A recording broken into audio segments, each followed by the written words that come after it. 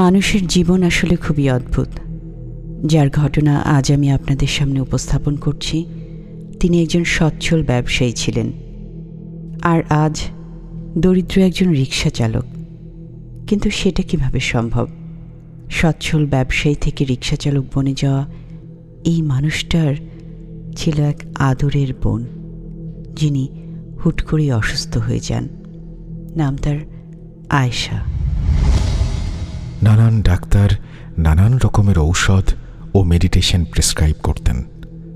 ওনারা কখনো ঘুমানোর ওষুধ দিতেন, কখনো মানসিক অস্থিতিশীল অবস্থা কিছুটা স্থিতিশীল করার জন্য ঔষধ খেতে হতো। এই ওষুধগুলোর জন্য সে আস্তে আস্তে আরও চুপচাপ হয়ে যায়। কলেজ তো তার আগেই শেষ হয়ে গিয়েছিল। এখন শুধু সে বাসায় থাকতো আর সারাদিন ঘুমাতো। আর যখন সে ঘুম থেকে উঠত, তখন সে এত বেশি চুপচাপ থাকত যে মাঝে মাঝে আমাদের মনে প্রশ্ন জাগত, আয়েশা কি আসলেই জীবিত? কেউ বলছে জিন্নাত আছে, কেউ বলছে জাদু আছে, আবার কেউ বলছে আয়েশার ভাগ্যরেখা নাকি বিগড়ে গেছে। অবশেষে আমরা খবর পাই খুলনার এক হুজুরের, যিনি এই কাজে খুব দক্ষ এবং সবাই তার প্রশংসা করে। তিনি নাকি কারো কাছ থেকে 1 টাকাও নেন না, বরং তিনি নিজেই একজন ধনকুবের।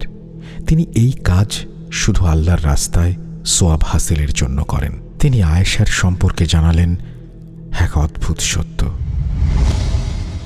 আসছে বছরের শেষ শুক্রবারে, নিউ ইয়ার স্পেশাল, ধনকুবের হুজুর পাঠিয়েছেন সাবিত আলম।